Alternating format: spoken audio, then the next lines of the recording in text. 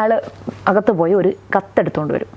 ഇതെനിക്ക് വന്ന ഒരു കത്താണ്, ആ കത്തിലാണ് ഇത് പറഞ്ഞേക്കുന്നത്. അപ്പോൾ ആ കത്ത് നോക്കുമ്പം വാസുവേട്ട എന്ന് പറഞ്ഞിട്ട് ഒരു പ്രേമൻ എന്ന് പറഞ്ഞിട്ട് ഒരാളാണ് കത്ത് എഴുതിയിരിക്കുന്നത്. അതിൽ എഴുതിയിട്ടുണ്ട്, ഇങ്ങനെ ഒരു സംഭവമുണ്ട്, അതിൽ നിങ്ങളുടെ മകനാണ് കൊന്നിരിക്കുന്നത്, നിങ്ങളുടെ മകൻ അനീഷാണ് ആ കൊലപാതകം ചെയ്തിരിക്കുന്നത്. എന്നെ കാണേണ്ട പോലെ കണ്ടാൽ ഇത് ഞാൻ വേറെ ആരോടും പറയില്ല. അതിൽ ഉദ്ദേശം വേറെ ഒന്നായിരുന്നു. പക്ഷേ ഈ അച്ഛനെ അച്ഛൻ്റെ സ്വഭാവം എന്താണെന്ന് അറിയില്ല. അച്ഛൻ അത് നേരെ അവളോട് വിളിച്ച് പറയുകയാണ് ചെയ്തത്. അപ്പോൾ ഇത് കണ്ടപ്പോൾ പോലീസ് ഇത് നോക്കിയിട്ട് ഇത് എവിടെ നിന്നാണ് ഈ കത്ത് വന്നതെന്ന് നോക്കിയപ്പോഴാണ് അത് പൂജപ്പുര സെൻട്രൽ ജയിലിൽ നിന്നാണ് വന്നിരിക്കുന്നത് ആ കത്ത്. അത് നോക്കിയപ്പോൾ ഈ പ്രേമൻ പൂജപ്പുര സെൻട്രൽ ജയിലിൽ.